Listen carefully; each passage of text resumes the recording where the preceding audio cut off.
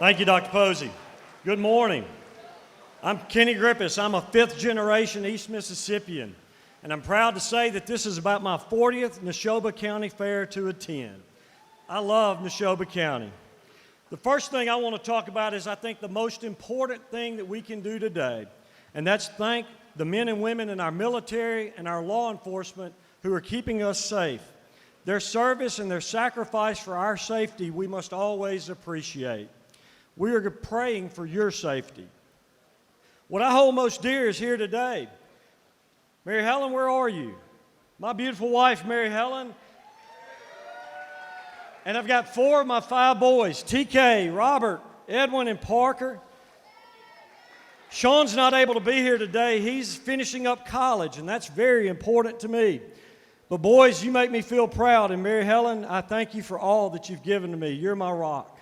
Thank you. My sister Claire can't be here today. She's a school teacher. She's getting ready for the start of the new year. But I want you to know about our parents. Claire and I were fortunate to have a foundation based on faith and love. The first 7 years of my life were spent at the Masonic Home for Boys and Girls in Meridian. It's now known as Hope Village. My mom and dad ran the place, but I thought everybody had 60 brothers and sisters. I had no other idea. I was proud of the fact that they gave me such a wonderful example of encouragement, compassion, integrity, and service to others. They taught us respect, and they taught us discipline and personal responsibility. We live in Ridgeland, but our roots are from places like Louisville, Lost Gap, Vinville, Shibuda, and Wyandotte. I'm a product of the Meridian Public Schools, and I'm proud that I've been a lawyer for almost 30 years and a CPA for 20. I've been on the Court of Appeals for 14 years, and I want to be your next Supreme Court Justice. Thank you. What I want to talk about is two things the Supreme Court does and two things I want them to do. The most important job of the Supreme Court is to decide cases. I've spent 14 years on the Court of Appeals doing just that. Chief Justice Bill Waller calls the Court of Appeals the workhorse court. I don't know if I like being called a horse, but I think it's an apt description. I've decided over 8,000 cases and written over 800 majority opinions. We decide over 80% of the cases that are decided. When I decide cases, I came to you and asked you and told you and made a promise to you that I would do one thing, and that's decide cases based on the law, as it is, not how I may want to change it. The second thing I want to talk to you about is the court rules. One of the most important things the Supreme Court is to tell the courts how they're going to do their business. We have 21 sets of rules in Mississippi. Over the years, they've grown like kudzu, and they're suffocating the lawyers and you. They're routinely ignored, they're laughed at, some are confusing, and some keep you out of court. I want to improve your rules to make sure they're clear, understandable, and they're useful to the people that use them the most. No tricks, no endless discovery, and no more games. And while I'm at it, I want to call on the Supreme Court to disclose their rules. Their internal rules of procedure are secret. They don't provide them to you. I think that's wrong, and I think the Supreme Court should be the leader in transparency. There are two things I also want to do that are close to my heart. We elect our judges, and I support that. But campaign finance reform is overdue. Not long ago, two of Mississippi's richest trial lawyers went to jail, along with several former judges. And the scandals were based on loans to judicial campaigns and efforts to gain special access to judicial decisions. Make no mistake, the election of judges is really important to some lawyers.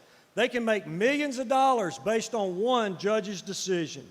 Lawyers with special interests should not funnel hundreds of thousands of dollars to a judge's campaign, certainly not after the election. I'm going to ask Secretary Hosemann include tough judicial reforms in his campaign finance package. We need real-time reporting of every penny spent and every penny contributed. No contributions after Election Day. No loans. tight limits on lawyer contributions, and audits and enforcement of violations. As a former CPA, I know the importance of disclosure and transparency. I also believe that Mississippi's criminal justice system must lead the way in the 21st century. Evil people want to kill, rape, rob, steal, and hurt our children. Data and information are the future of crime fighting. Right now, police, DAs, public defenders, and judges don't always work together. Just look at the paper. We must gather information and intelligence quickly and submit it to everyone in need of it. We can do this through technology. I want the Supreme Court to be a leader and create one computer system where we can simplify the filing of police reports and retention of evidence. We can get information to law enforcement officers on the street. We can make quick decisions on bail and communication between police. And we can provide timely information to the defense attorneys. We can also monitor and supervise prisoners who are both in and out of jail. There are two types of criminals, those we're mad at and those we're scared of.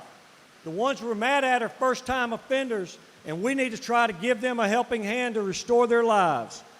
The ones we're scared at are violent criminals. We need to find a prison bed for them for a long time. I believe in innovative and effective sentencing.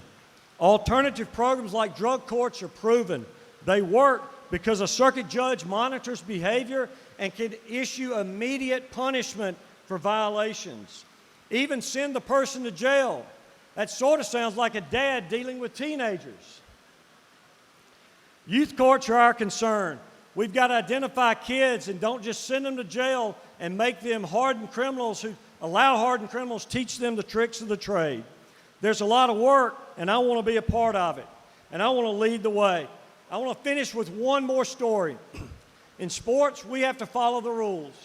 I'm proud that I've coached over 80 youth sports teams, and I've had more than 1,000 kids call me coach.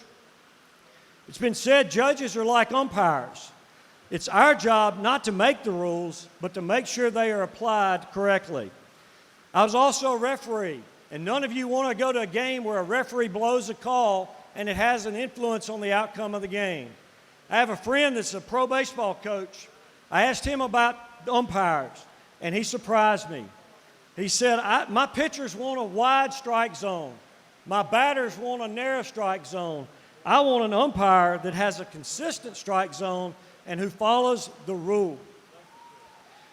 I don't like it when they tell me I just call it like I see it, because that tells me they're trying to make excuses to do what they want to do.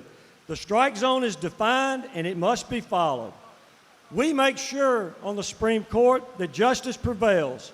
I'm a proven, common sense, conservative judge who will work hard for you. I want to be your next Supreme Court justice. But I want to thank you. You've had the trust and confidence in me to elect me 3 times as your Court of Appeals judge. I want to thank the judges on the Court of Appeals. They've allowed me to be their presiding judge and a leader. I want to thank the Ole Miss and Mississippi College Law Schools.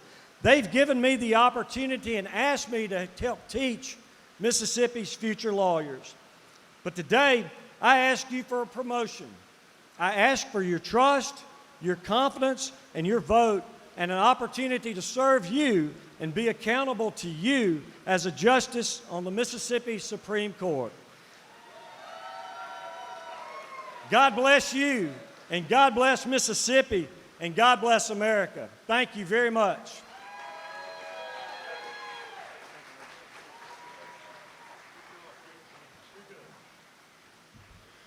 Thank you, Kenny. Our next speaker this morning is Honorable Jim Kitchens, candidate for Supreme Court, District 1, Place 3.